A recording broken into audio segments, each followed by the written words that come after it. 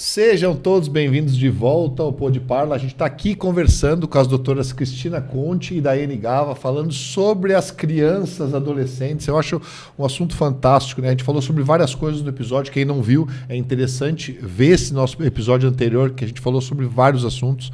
Mas a gente tem várias outras dúvidas aqui. Será que vai dar para a gente falar tudo que a gente quer, Maurício? Vai ser difícil, mas eu queria me apresentar, né? Malbise nas redes sociais.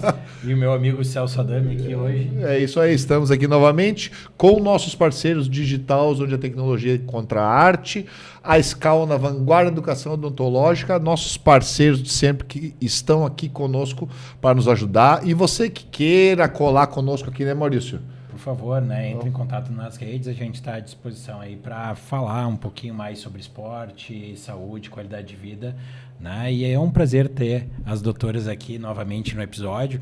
E no episódio anterior a gente tinha iniciado um papo sobre a tecnologia, né? Que hoje a gente está inserido e que a gente não tem como desvincular, né? Mesmo a educação do passado, que muito foi falado no episódio anterior, aquela forma um pouco mais firme, um pouco mais, né, rígida.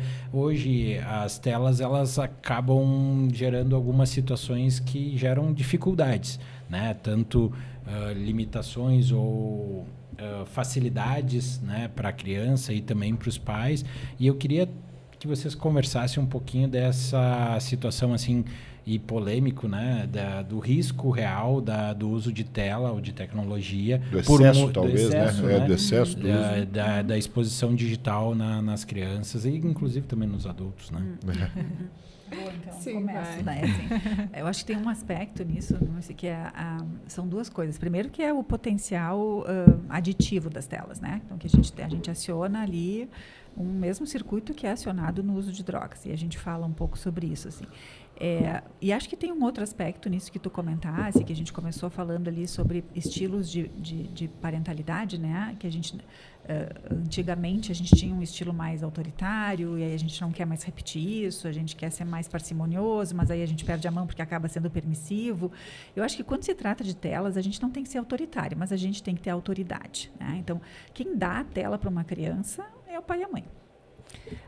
Quando a gente fornece esse dispositivo, a gente tem que fornecer o dispositivo já mediante combinações, né? Então, talvez de tudo que a gente tem hoje em dia, que a gente vive de desafios com as crianças, talvez assim, o ponto onde a gente não pode ter dúvida que a gente tenha que exercer o nosso papel assim, de autoridade dentro de casa é com relação ao uso das telas, né? O uso das telas ele precisa ser condicionado com essa criança, né? Então, ela não pode ter a tela à disposição o tempo todo, porque a gente está falando de um estímulo muito potente, muito rápido em termos de liberação de substâncias que geram essa sensação de prazer imediato, de recompensa, e a gente precisa entender que quem elaborou isso não está interessado se as nossas crianças estão bem ou não. O interesse é monetizar, né? Então a gente precisa saber, a gente precisa ser um pouquinho mais esperto, assim, né? De entender que o uso da tela ele beneficia quem desenvolveu a tela e não vai beneficiar as nossas crianças e os nossos adolescentes, a menos que a gente consiga colocar um limite muito claro nisso, assim. Então, o condicionamento, então a tela ela sempre é o tempo que sobra. A tela sempre vem depois de eu já exercer as atividades que exigem um esforço mental sustentado. E aí a gente está falando assim desde criança pequena que não deveria ter tela, né, até a bronca que a gente tem com os adolescentes, né, que é muito mais desafiador, tá? Porque com a criança pequena a gente tira e ponto, né? Com os adolescentes a gente precisa, e aí eu acho que aí está muito da responsabilidade dos pais, que é a gente educar para um uso consciente, né? A gente precisa gerar nessa gurizada uma crítica a respeito do uso da tecnologia, né? Não só do tempo de uso, mas do conteúdo que se consome ali dentro, tá? Então, a gente tem desafios por todos os lados, mas é um desafio que é uma batalha que a gente precisa comprar. A gente tem, do ponto de vista de dados, assim, muito consistentes já, de estudos que nos mostram uma associação muito clara do aumento de prevalência de transtornos mentais nessa geração, em crianças e adolescentes, depois, especialmente de 2012, que é quando a mídia social veio para dentro do smartphone, tá? Então, quando a gente teve, em 2009, que a gente teve os smartphones, era ok, até 2012. Em 2012, a gente teve um aumento estratosférico, assim, do número de transtornos mentais relacionados à ansiedade e depressão em adolescentes, tá? E isso está, se imagina, né? Enfim, a gente não pode fazer uma relação de causalidade, mas existe uma associação muito clara, e são estudos multicêntricos, não foi um fenômeno que aconteceu num único lugar, né? Com o advento das mídias sociais nos smartphones. Então, tem uma associação, né? Então, o uso indiscriminado, a tela à disposição, tecnologia dentro do quarto, sem cerceamento, sem se conversar com a criança e adolescente a respeito do tipo de conteúdo que está sendo consumido, a gente facilita muito o aparecimento de sintomas como ansiedade e depressão. Sim. Principalmente no caso da ansiedade, dos transtornos, né, até disfórmicos corporais nas meninas, é muito comum em função da comparação, né? Uma comparação totalmente injusta, que deprime, inclusive, porque a minha vida nunca vai ser tão interessante quanto a vida da influencer, o meu corpo nunca vai ser tão legal, não vai vir um jatinho me buscar para me levar para outro lugar. Então, isso vai criando a sensação de que, então, a minha vida não é boa, né? De que eu não tenho nada de bom. Então, é isso. Assim, nos adolescentes, a gente vê muito essa comparação injusta, né? De eu comparar os meus bastidores com o palco de alguém, sempre, né? E nas crianças pequenas, conteúdos impróprios, muitas vezes até de cunho sexual, que vê no celular da avó, porque fica ali passando. Então, a gente tem que ter muita cautela em relação ao que é consumido, em relação a essa quantidade de tempo também ofertado, né? Porque está se perdendo a experiência de mundo real. E essa questão de treinar o cérebro. A gente quer ter ter filhos bem-sucedidos, ter filhos resilientes, ter filhos que consigam lidar com as emoções. Só que isso é treinado. E eu não vou treinar essa circuitaria se eu estiver ali totalmente voltado, né, para ficar rolando feed, porque o cérebro ele foi programado. O meu marido brinca que a gente tem um software desatualizado, assim, né? A gente foi programado ainda lá na pré-história e o mecanismo ainda continua o mesmo. A gente foi programado para buscar prazer imediato, né? E não gastar energia. E isso era muito importante para a nossa sobrevivência, né? Se a gente for pensar, sexo, sono e fome são coisas que me geram prazer. E não é à toa, né? Isso está diretamente relacionado à sobrevivência da espécie. Então, o meu cérebro ele vai tender a buscar isso sempre. Só que, hoje em dia, olha quanta coisa gera prazer. Sem esforço nenhum, né? Então, eu vou buscar isso. A Cris fala que é o mesmo circuito ativado do uso de drogas, né? O uso de telas. E teve uma vez que eu fazendo a psicoeducação para um paciente, ele me olhou e disse assim, Tia Dai, como é que eu vou explicar agora para minha mãe que eu sou usuário de crack? Né? Porque ficava inúmeras horas na frente de uma tela, né? Com essa circuitaria ativada. E aí, o que acontece? Felicidade não é só fazer aquilo que me dá prazer. Né? Felicidade é a gente viver uma vida que vale a pena ser vivida, é a gente fazer coisas que são desagradáveis, mas que eu vou ter um resultado lá na frente. Né? Se eu não treino esse cérebro para isso, eu só treino um cérebro para ter satisfação imediata o tempo todo, quando eu tiro o estímulo das telas, a minha vida fica vazia porque eu não construí nada. E aí eu me deprimo, né? E eu não treino essa capacidade de tolerar desconforto, de entender que para eu ter alguma coisa maior lá na frente, ou conquistar alguma coisa, eu vou precisar de um processo. Na tela, não preciso de processo nenhum para me sentir bem. Né? E se a gente pega esse esquema todo que a Dai está explicando, que é como funciona o estímulo da tela dentro do cérebro, e aí a gente aplica isso, assim, uma coisa é a gente que é adulto, né? Então, lembra que a gente comentou no episódio passado sobre toda uma janela de oportunidade que eu tenho de amadurecimento, né? Então, a perversidade está um pouco ali, assim, né? Porque a gente entrega para um cérebro que está imaturo, que não tem essa função de freio inibitório pronta ainda, porque isso fica pronto só lá perto dos 20 e poucos anos de idade, a gente tem um bom caminho pela frente ainda, mas eu entrego para esse cérebro um estímulo muito potente para o qual ele não tem condições de frear. Então, o estímulo do freio ele tem que vir de fora. É responsabilidade de quem cuida limitar. Não adianta a gente ficar brabo com o meu filho adolescente ali, porque ele não vai largar o celular na hora que eu combinei, ele não vai largar o celular. A gente não larga. Primeiro que ele só pode ter o celular depois de já ter realizado, depois de já ter dado para esse cérebro essa tarefa que exige um esforço mental sustentado. Depois aí a gente ganha a recompensa, porque a hora que a gente coloca a tela, a gente perde, né? Assim, a gente não tem mais assim como negociar. Tá? E tem alguma relação assim com idade de primeiro, até que idade seria legal as crianças não ter acesso à tela? É muito difícil, né? A gente já começa desde criança para comer. E quanto tempo em relação à idade? Porque às vezes é muito relacionado a isso. Os estudos mostram às vezes, talvez naquela idade não deveria ter tela, a partir daquela idade é tantos minutos para. Existe uma relação assim ou não? Até os 2 anos, zero tela, né? Zero tela até os 2 anos, segundo a Sociedade Brasileira de Pediatria, né? As entidades internacionais. Até 2 anos não pode ter tela, né? Dos 2 aos 4, 4,5, 5, 1 hora com supervisão. Tá? E depois a gente pode aumentar para 2 horas, sempre com supervisão, tá? Sempre com supervisão. E o que nos preocupa mais, assim, em termos, conforme a gente vai indo pré-adolescência, adolescência adiante, então nos preocupam vídeos curtos, né? Os vídeos curtos aí de mídia social ou de shorts, né? YouTube, e jogo, né? Porque aí joguinho, né? Jogos de celular, enfim, plataformas de jogos, assim, porque aí eu tô estimulando esse meu cérebro a buscar uma novidade que eu ainda não vi, que está logo a seguir, com um mínimo de esforço e um máximo de recompensa. Nada na vida real se compara a isso. Tá? Então, aí a gente tem uma epidemia de crianças que não leem mais, que não conseguem mais, uma queixa no consultório, né? Inúmeras queixas, assim, no sentido de que não quer fazer nenhum esporte, não começa e não termina, não quer nem tentar nada, não quer... Não vai querer, porque eu já estou satisfazendo esse cérebro ali de uma forma muito fácil, muito rápida e muito intensa, né? Com o mínimo de esforço. Então, esse é o risco, assim, quanto mais a gente puder segurar, melhor. E aí tem aquelas 3 diretrizes aí que a gente costuma dizer, que se a gente conseguir obedecer elas, a gente está seguro, assim, né? Não é a primeira coisa que a gente pega de manhã quando acorda.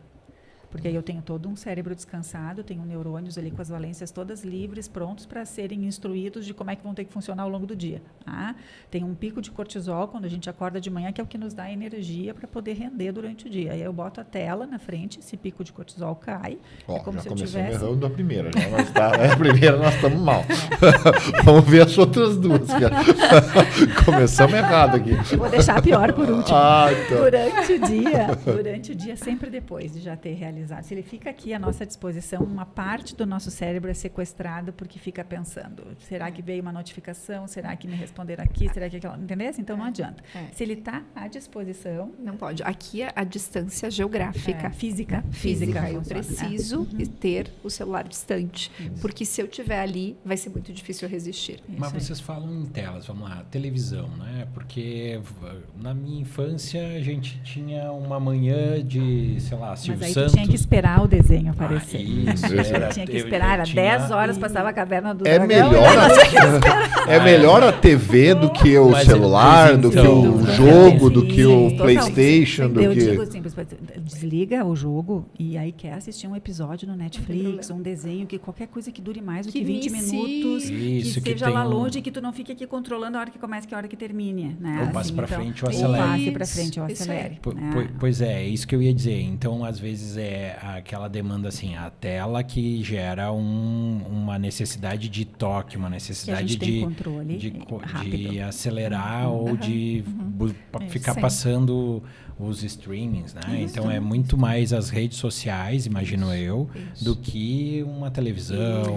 Uma televisão não há, aliás, assim, até pode ser, a gente estava comentando também sobre momentos de conexão com as crianças, então vai ter um filme, vai ter, antes de dormir, vamos assistir um episódio de uma série que todo mundo está curtindo juntos, então pode ser, não tem problema, né? De novo, a gente não está aqui para demonizar a tecnologia, a gente está aqui para botar um limite e para poder ensinar as crianças a fazerem um uso criterioso disso, porque a gente vai ficar cada vez mais digital, né?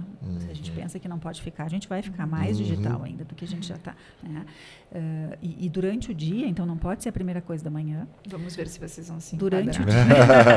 Então, começando, vamos dar o check. Eles já estavam desviando do assunto. Não. Tô brincando. Tô ansioso para ver o resto. Então, além dessa estratégia de não deixar fisicamente perto, né? Assim, então, porque, de novo, a gente tem uma parte da mente que fica sempre ali, né? Sempre derivar a tela para depois de já ter exercido, né, as tarefas que exigem pensar, que exigem persistência atencional, que exigem concentração. Deixa para depois, né? Então, faz primeiro o difícil e depois, né? Esse é o erro. A gente vem do colégio eu posso só aí é uma armadilha, né? Porque aí depois tu vai querer que eles vão fazer temas, né? Que aí é a rotina. Que eu ia falar de alguns depois, mas eu tô me consultando aqui. E a última, eu acho que talvez seja mais fácil para as crianças, porque é a gente que deveria determinar, e mais difícil para os adultos, que não pode ser a última coisa antes de dormir. Então não pode. Eu preciso assim, de pelo menos 40 minutos ou 1 hora de consciência livre, que a gente diz, né? Então, porque senão se a tela for, e aí a gente está falando de vídeo curto, né? Mídia social e jogo, se for o último estímulo que o meu cérebro recebe, eu não tenho uma qualidade de sono suficiente para poder recuperar neurônio, para poder acordar bem no dia seguinte, né? Então a gente não afunda o sono, né? Em fases que a gente precisa afundar se a gente tem a tela antes de dormir. Então essa se a gente, de novo, eu costumo dizer, me preocupa menos o tempo que eles ficam na tela do que a hora que eles pegam. E se, de novo, a Day falou algo importante antes, que assim, a tela ela rouba a possibilidade de eles estarem tendo experiências em vida real.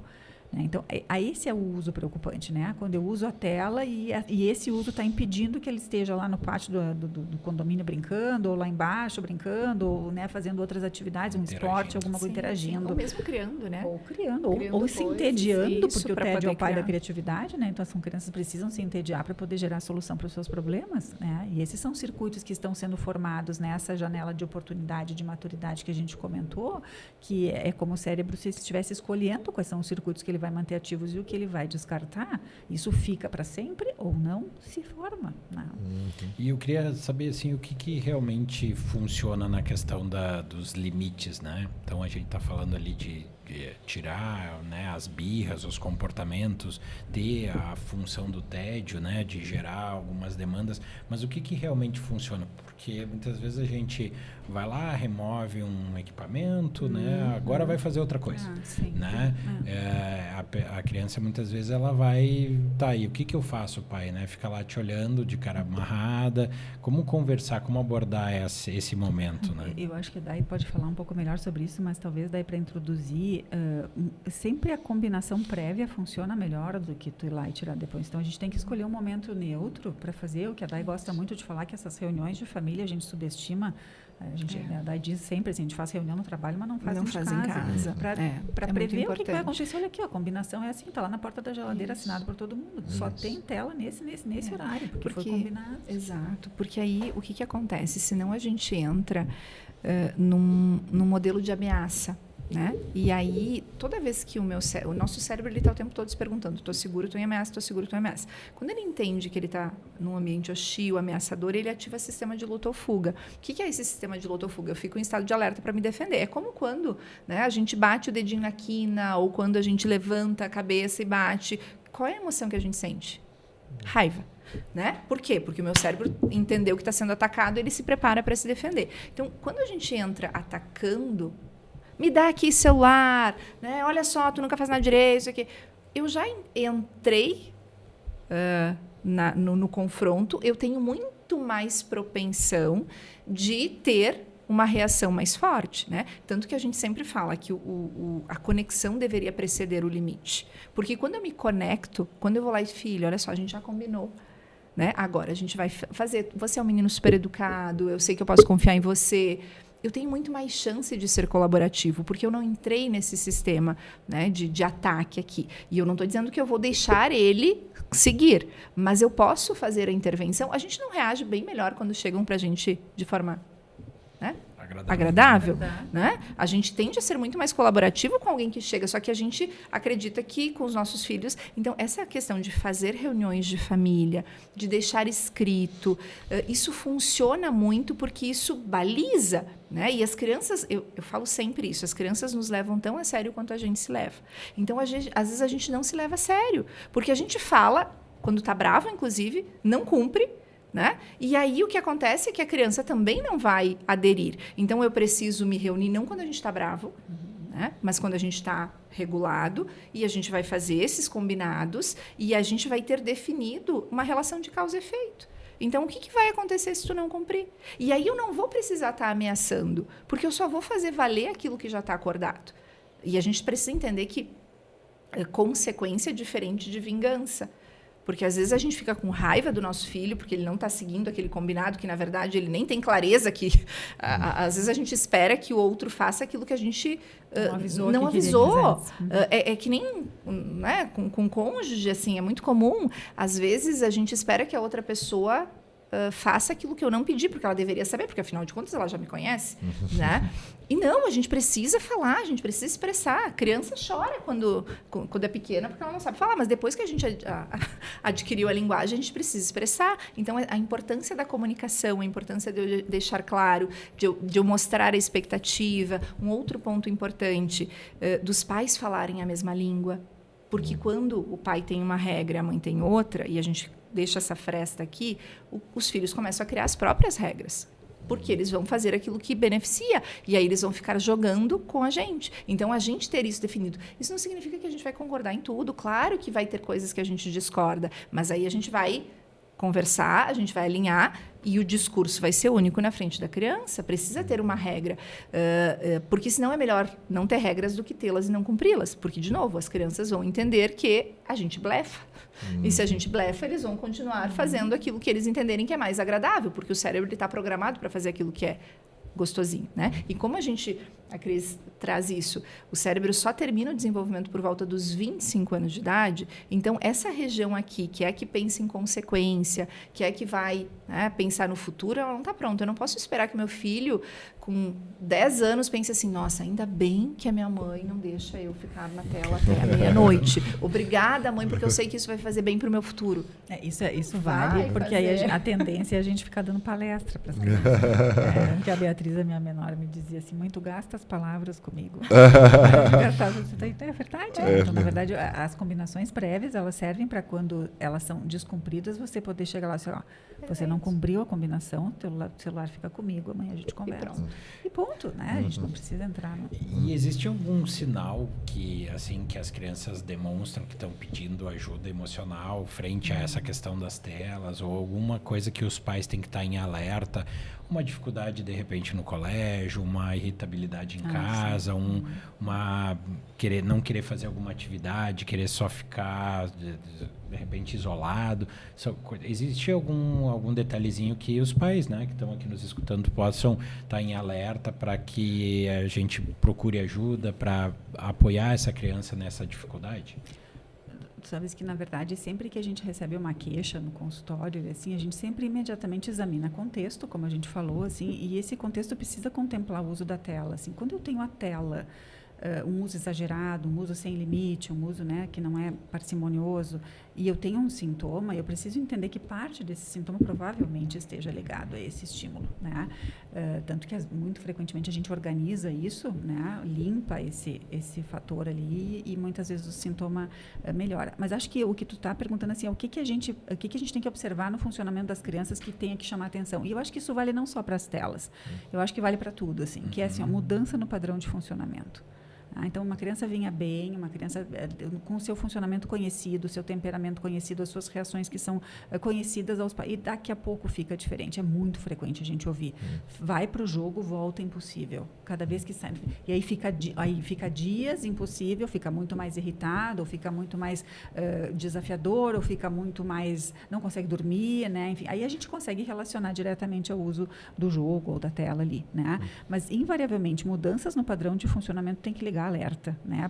A gente tem que avaliar, né? No mínimo, assim. Então, quando a criança muda o seu jeito de funcionar, então uma criança que vinha bem, que era amável, que era colaborativa, daqui a pouco fica mais isolada, mais irritada, mais intempestiva, e dentro de 3 critérios sempre que eu gosto de conversar, assim, que é intensidade, frequência e prejuízo, né? Porque de repente, de vez em quando, todo mundo pode tudo, né? Contanto que não seja muito intenso, contanto que não se repita muito frequentemente e contanto que não cause prejuízo. Né? Então, os sinais de alerta eles têm a ver com esses 3 critérios, principalmente. Né? 4, se a gente considerar a mudança no padrão de funcionamento. Então, isso precisa ser visto, sim, né? Porque, às vezes, a criança não vai dizer, estou sofrendo. Né? Ela vai, vezes, a única forma é que ela tem como mostrar no comportamento. E geralmente pela agressividade, né, Cris? A agressividade é o que mais aparece. Isolamento. Né? Não fala mais com os amigos. Né? Rendimento escolar é um fator também. Né? Então, vinha bem na escola e daqui a pouco não mais. Né? A questão do sono, né? Não só da qualidade, muitas vezes a tela, o momento ali, nem só da tela, mas o fato de muitas vezes os sonhos, acorda de noite, vai buscar o pai e a mãe um apoio, ou mesmo para iniciar o sono tem que dormir com o pai e com a mãe. O que é esse momento de iniciar ou mesmo de manter esse sono pode influenciar na criança na questão afetiva ou mesmo emocional? E que pode ser tanto causa como consequência, né? Na verdade, o sono, junto com o apetite, é um dessas características neurovegetativas que a gente diz, né? Que pode ter muito a ver com o desenvolvimento, né? Então, dependendo da idade, assim, tem algumas idades onde fobias são até esperadas, né? Daí, assim, e aí a gente maneja isso, assim, do ponto de vista comportamental. Ou, de novo, uma criança que vinha dormindo bem, daqui a pouco passa a não dormir tão bem. Então, isso pode ser tanto um sinal de alguma coisa, né? Ou uma consequência, né? Um sinal de alguma coisa que não está bem ali do ponto de vista de ansiedade ou até alguma coisa de humor, sempre examinar ambiente, né? Mas alguma coisa a gente tem que fazer, assim, né? Tem que atender essa criança, né? Até porque a privação de sono, ela também é um fator de risco para desenvolvimento de outros sintomas. Mas ruins, o fato, né, de ter que dormir com um pai ou com uma mãe, isso é uma questão de, assim, que gera alguma... Tu sabe que tinha um professor lá na residência do Hospital de Clínicas que dizia para nós, me mostrem um estudo randomizado, controlado com placebo, que diga que o leite faz mal. É verdade. Disse, não está escrito assim. Então, depende muito, né? Depende se dormir com o pai e com a mãe está a serviço de alguma coisa, né? É por medo, não consegue, ou é uma situação específica ali, circunscrita. Dar colo para a filha não tem coisa melhor no mundo, né? Então, na verdade, eles poderem saber que eles têm um porto, né, seguro, né? Uma retaguarda afetiva, né? Então, eu penso que é bem essa questão de entender o contexto, né? Porque lá em casa, o meu filho não dorme com a gente. Porque se ele dormir comigo, eu não durmo. Então, é uma questão de sanidade mental, assim. Não tem como, né? Não é algo possível, assim. Então, simplesmente não, né? Não tem negociação, assim.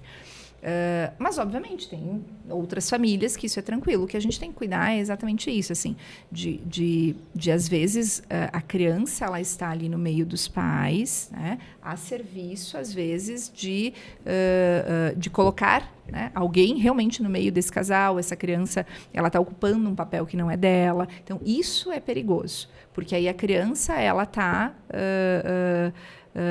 no meio, né, de uma relação ali que não está bem e está cumprindo um papel, e isso sobrecarrega a criança, sem dúvida, porque ela se sente na obrigação de estar ali. Então, esse é um cuidado. Ao mesmo tempo, eu acredito que a gente nunca vai olhar para uma coisa sozinha, né? Bom, essa criança, ela não dorme, né, no quarto dela, né? Mas ela tem super autonomia, ela faz tudo, né? Eu vou contar um exemplo meu. Nem sei se tu sabe, Cris, mas eu dormi no quarto dos meus pais até os 7 anos de idade, né?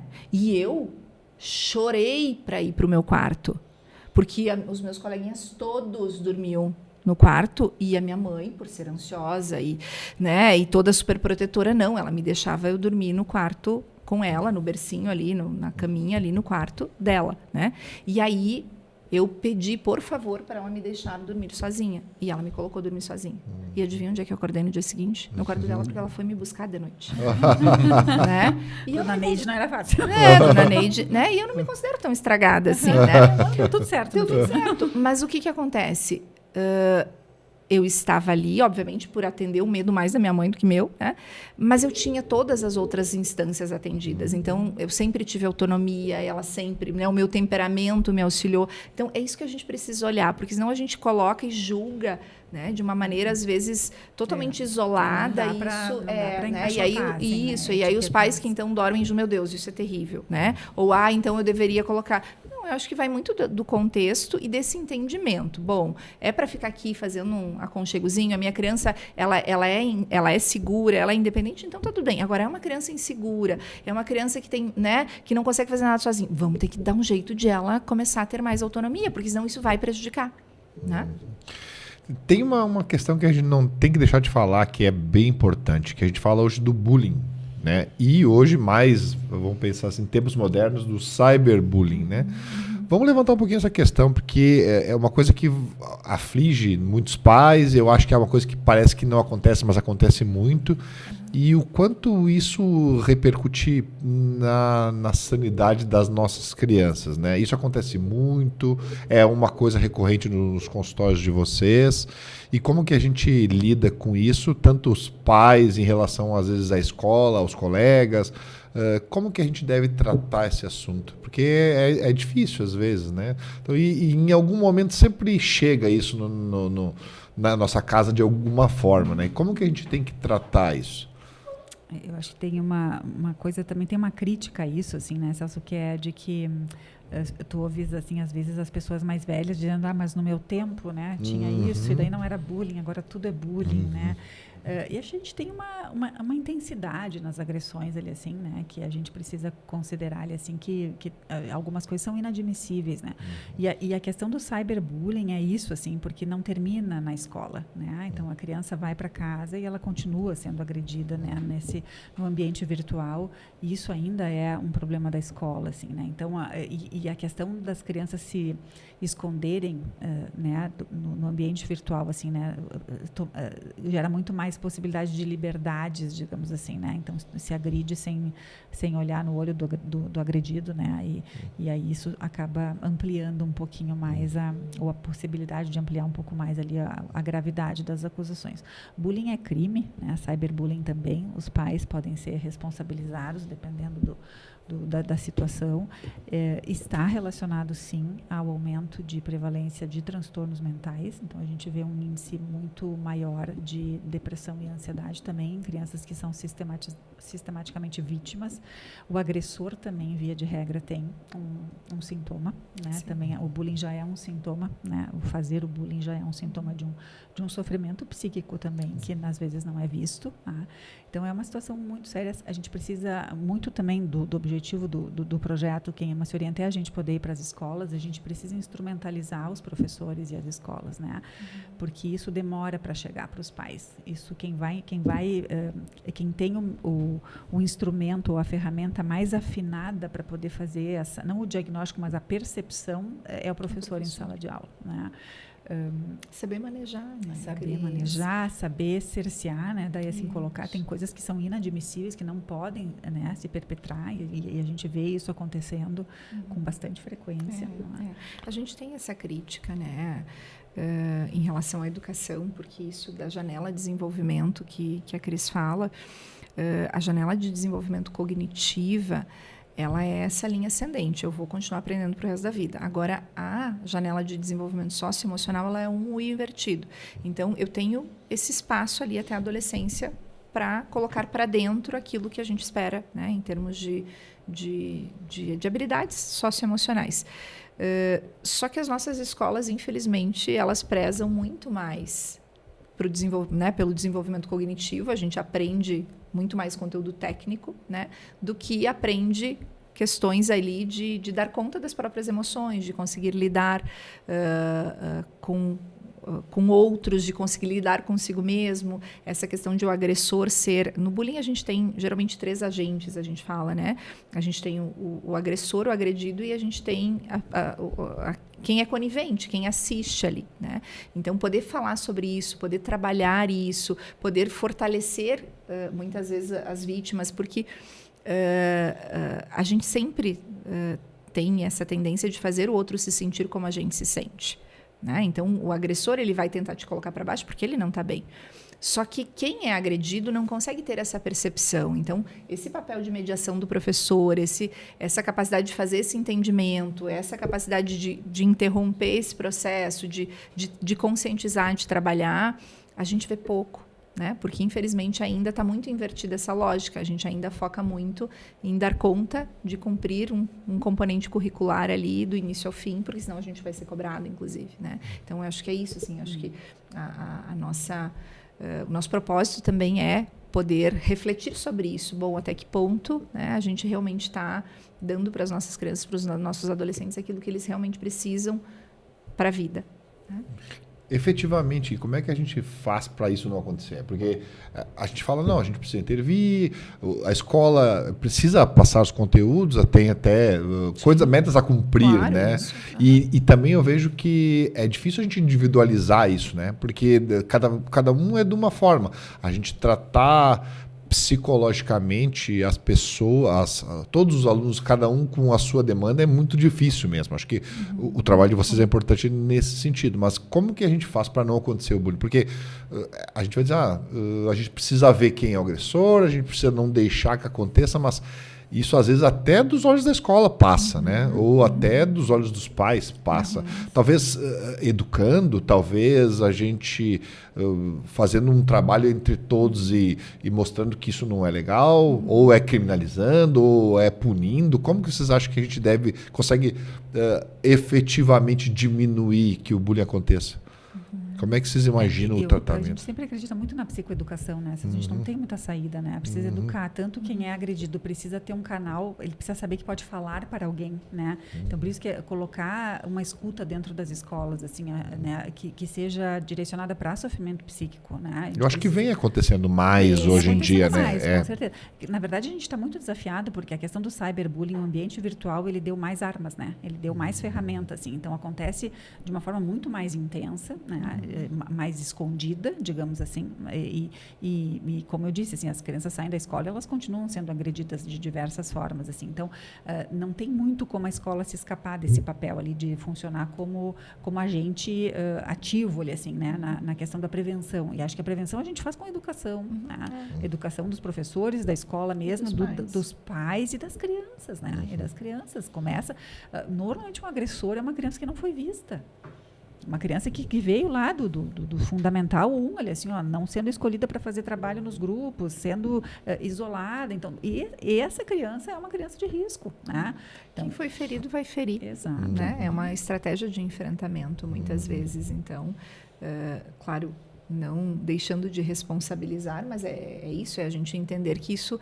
Não, eu acho que isso não tem que responsabilizar, né? Parte do processo é esse, sim, também, né? Mas precisa ser entendido. Entendido porque a gente não vai nascer agressor, né? A gente vai ter todo um caminho ali que é percorrido que se ninguém reconduz, vai desembocar nisso.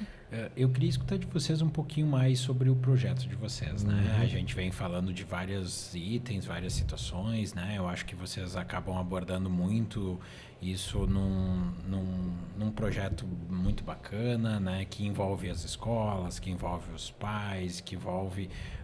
vejo aqui livros, vejo cursos, vejo uma orientação.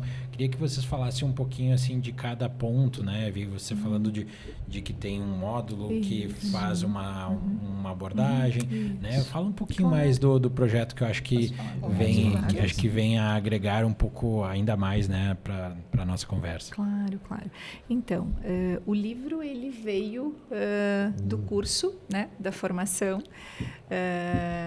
A gente gravou os módulos ali, então nós dividimos o curso, que se chama Método Caso, né? Quem ama se orienta, em 3 grandes módulos. Dentro desses módulos a gente tem inúmeras aulas e depois mais algumas aulas extras com outros especialistas também. Então, os módulos são reconhecer, acolher e reconduzir. Por que a gente pensou nessa sequência?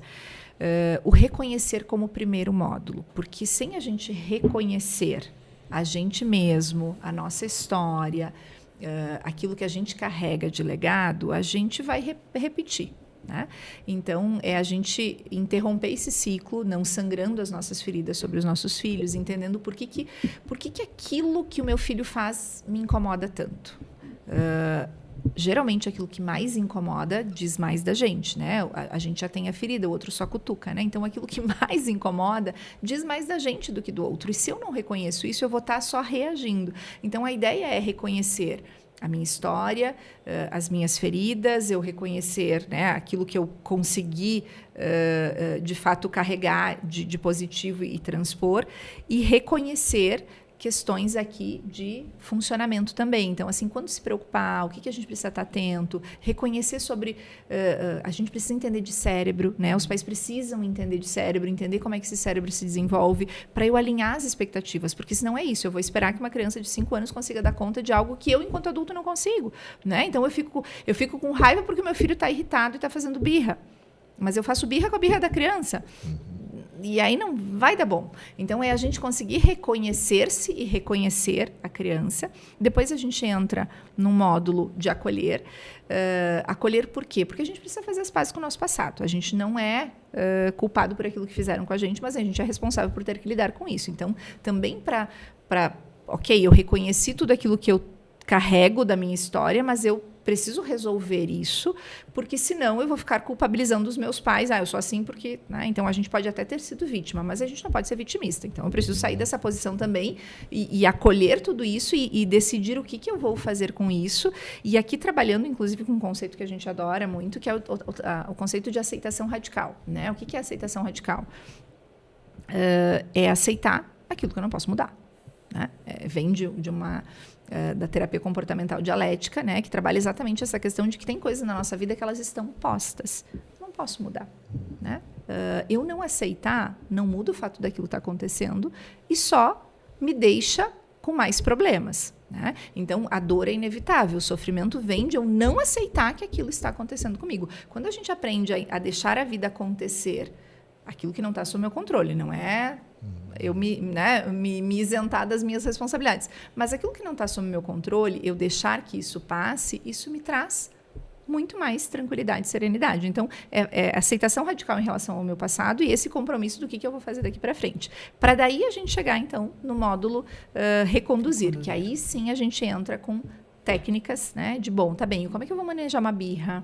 Como é que eu vou lidar, né, com um comportamento desafiador? Como é que eu vou estabelecer uma rotina que favoreça a obediência? Como é que eu vou dar conta de ajustar aqui o uso de telas? Então, aí sim a gente vai ter as estratégias, porque se a gente só trazer estratégias por estratégias, eu não vou conseguir manter, porque tem uma série de outras questões que me prendem, né? Por isso que a gente, quando fez, né, daí assim, montou, pensou, assim, foi...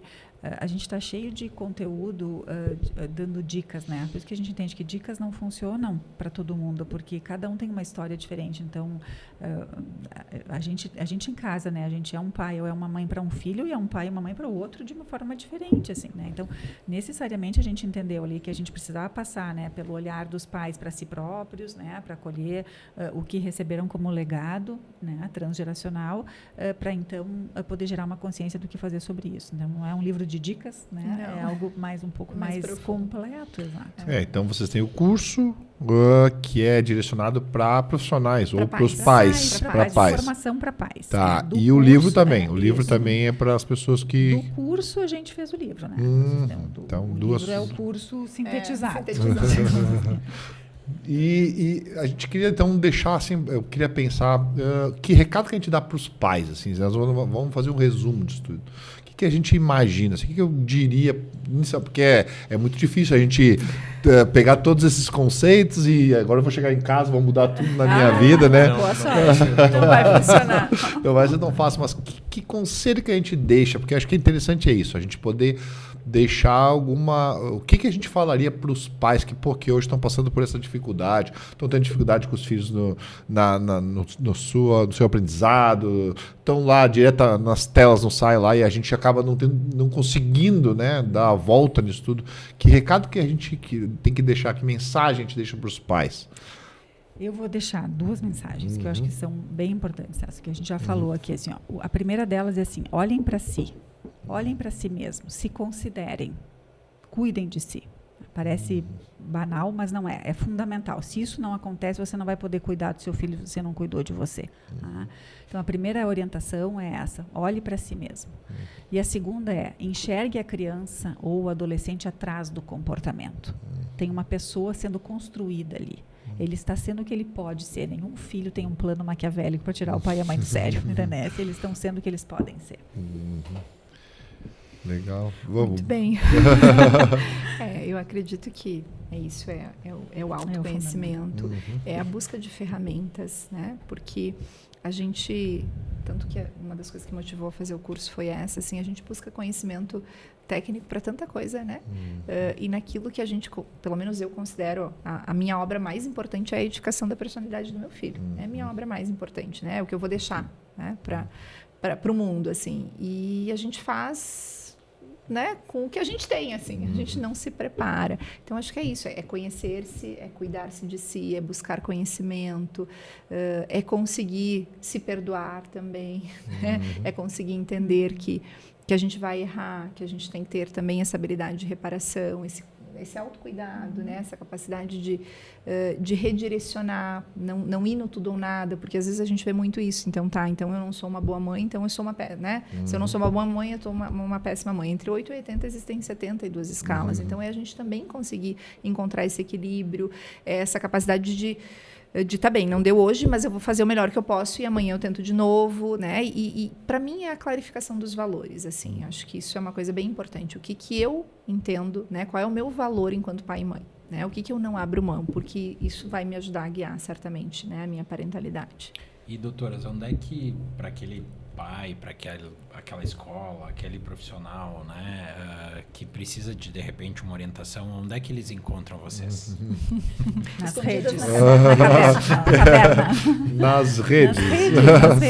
Por favor, fica à vontade para divulgar. Eu acho que o pessoal está aí, né, esperando esse momento. O nosso Insta, o Insta ele reúne grande parte do nosso material, né? Daí, inclusive, tem o link para a aquisição do livro ali também, que direciona para o nosso WhatsApp da nossa equipe. A Manu, que é a nossa ajudante lá, nos direciona ali de como adquirir. Tem os nossos arrobas, né? Daí, então, é o arroba Cris Conte e o arroba psicóloga Daiane Gava.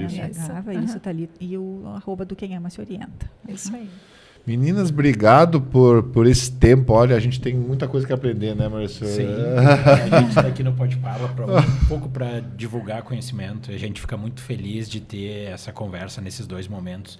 Para o pessoal que nos assistiu hoje, ou mesmo aquele que não assistiu o episódio anterior, acho que, por favor, assistam, vão se encontrar muito, como eu me encontrei muitas vezes, né, em algumas situações dos desafios, né, que a gente tem todo dia para tentar trabalhar esse emocional dos nossos filhos, das crianças que, quem sabe, vão nos cuidar algum dia. Né? Então, acho que quem puder, né, adquira o livro. Né? Eu acho que acaba sendo um apoio aí para as doutoras, né? Busquem aí o conhecimento para poder né, educar ainda mais as crianças aí que são o futuro da nossa nação. Muito mais uma vez, muito obrigado. A gente agradece a confiança. Oportunidade, obrigado, Celso, por estar aí nessa nossa luta. Nossa luta de levar levar saúde, esporte, né, qualidade de vida para as pessoas. Eu acho que importa é isso aí. Trouxemos sempre convidados legais e aprendemos sempre, né? Isso que importa. Certeza. Não podemos deixar de agradecer aos nossos parceiros digitais, onde a tecnologia encontra arte, a SCAL na vanguarda da educação odontológica, né, Maurício? E agradecer a todo mundo que ficou até o final do episódio. Se alguém que você veja que seja interessante ver esses episódios, compartilhe, curta, né? Compartilhe esse conhecimento, né? Bota aí tanto no YouTube como no Instagram ou mesmo no WhatsApp, né? Manda aí para os amigos, né? Eu acho que só divulgar esse conhecimento para nós é fantástico. Tá? Mais uma vez, muito obrigado. Obrigada, e até uma próxima. Valeu. Até mais. Tchau.